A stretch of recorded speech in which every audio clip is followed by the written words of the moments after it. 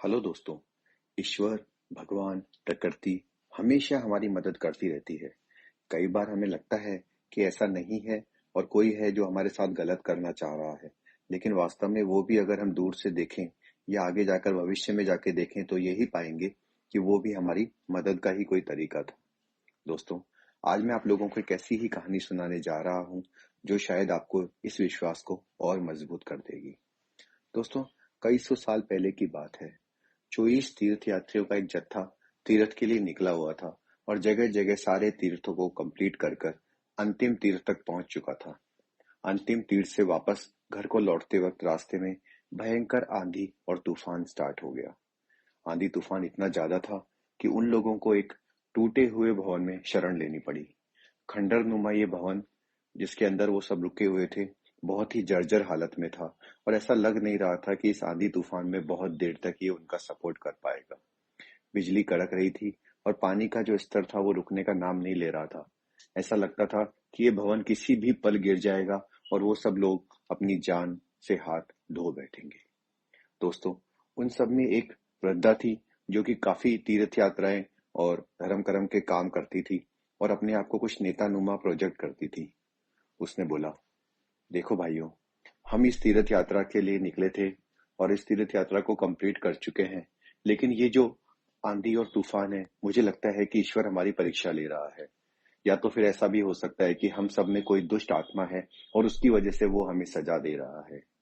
मैं आप सब लोगों को एक सुझाव देती हूँ। सामने दूर एक पेड़ है और हम सबको बारी बारी से उस पेड़ को स्पर्श करके वापस लौटना होगा। अगर ईश्वर हम में से किसी एक को कोई सजा देना चाहता है तो उसके ऊपर बिजली गिर जाएगी और हम बाकी सब बच जाएंगे। इसका फायदा यही होगा कि हम सबको उसकी सजा नहीं भुगतनी होगी। ऐसा कहकर उसने बाकी सब लोगों की तरफ देखा। सब लोग चुपचाप खड़े थे और किसी की भी हिम्मत नहीं हो रही थी कि वो जाए और उस पेड़ को हाथ लगा कर आए। ऐसे में वृद्धा ने खुद ही इनिशिएशन किया और तेजी से भागी और उस पेड़ को हाथ लगाकर वापस आ गई।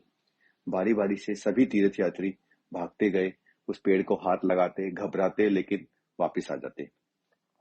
अंत में जो सबसे लास्ट में जो 24वां तीर्थयात्री था वो डर से कांप रहा था। उसे मन ही मन लग रहा था कि शायद वही वो है जिसकी वजह से इन सब लोगों को कष्ट सहना पड़ रहा है और जैसे ही वो पेड़ को हाथ लगाएगा शायद उसके ऊपर बिजली गिर जाएगी। इसलिए वो जाने से मना करने लगा। बाकी सभी तीर्थ यात्री यही कहने लगे कि यही वो दुष्ट है जिसकी वजह से हम सबको इस आंधी तूफान में, इस टूटे भवन में रहना पड़ रहा है और अगर ये चला जाए तो हम सब लोगों को हर तरह के कष्ट से मुक्ति मिल जाएगी। इसलिए उन्होंने लगभग लगभग उसे धक्का देते हुए पेड़ की तरफ धकेल दिया। घबराता सहमा हुआ सा वो तीर्थ यात्री, वो 24वां तीर्थ यात्री भी एक सज्जन पुरुष ही था और सभी लोगों के उसके बारे में अच्छी ही राय थी, लेकिन इस माहौल में सभी लोग उसे दोषी मान रहे थे। धड़कते दिल से वो पेड़ की तरफ आगे बढ़ा और जैसे ही उसने पेड़ को स्पर्श किया, कटाक करके बहुत तेज बिजली गिरने की आवाज आई। सब लोगों की आंखें चौंधिया सी गई।